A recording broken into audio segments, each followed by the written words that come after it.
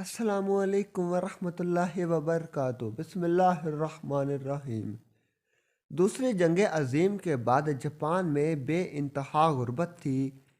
1960 तक इनके बच्चे खुराक की किल्लत का शिकार थे।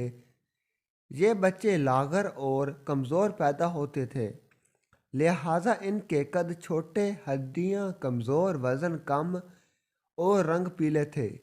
जापानी इस दौर में 24 घंटे में सिर्फ एक खाना खाते थे। पाकिस्तान ने 1957 में चावलों से भरा एक बहरी जहाज़ टोक्यो भिजवाया। जहाज़ पर जापान की इमदाद के लिए पाकिस्तान का तोहफा लिखा हुआ था। पूरे जापान ने हाथ जोड़कर हुकूमत पाकिस्तान का शुक्रिया अदा किया। जापानियों को आज भी पाकिस्तान का ये एहसान याद है। जापान दुनिया के उन 4 मुल्कों में शामिल होता है जिनके साथ पाकिस्तान के ताल्लुकात शुरू दिन से हैरान कुन रहे।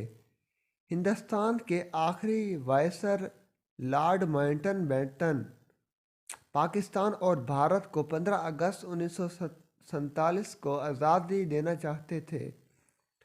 इसकी वजह जापान था। जापान ने 1945 में 15 अगस्त को अमेरिका के खिलाफ सरेंडर किया था।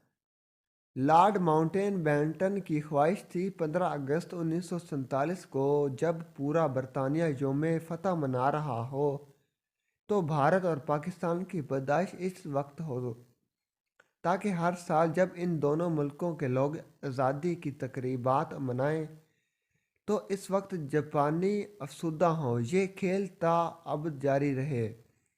वीडियो अच्छी लगे तो चैनल को लाइक करें, सब्सक्राइब करें, शेयर करें ताकि हमारी हर वीडियो आपके पास बआसानी पहुंच सके और हमारी हौसला अफजाई हो सके। शुक्रिया।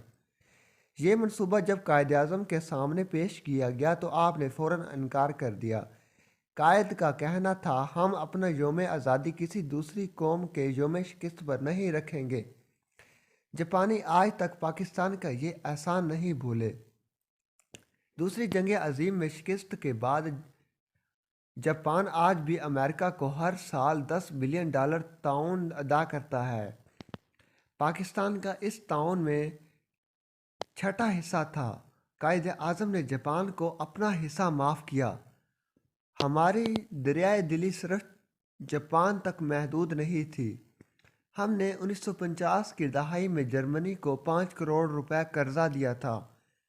पोलैंड के मुतासरीन को पनाह दी थी।